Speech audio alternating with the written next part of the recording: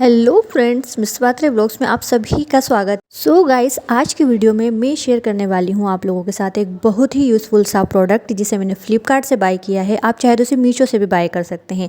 यह होने वाला है नोवा का लिंट रिमूवर, जो कि कपड़ों में होने वाले रुओं को तुरंत से रिमूव करता है। सो कुछ इस तरह की पैकेजिंग के साथ ये मुझे रिसीव हुआ है। सो इस बॉक्स के चारों तरफ आपको इसकी डिटेल्स मिलने वाली है कि आपको इसे कैसे यूज़ करना है, इसमें कौन कौन सी चीज़ें आपको दी गई हैं। सो गाइस, इसकी पैकेजिंग काफ़ी अच्छे से की गई है।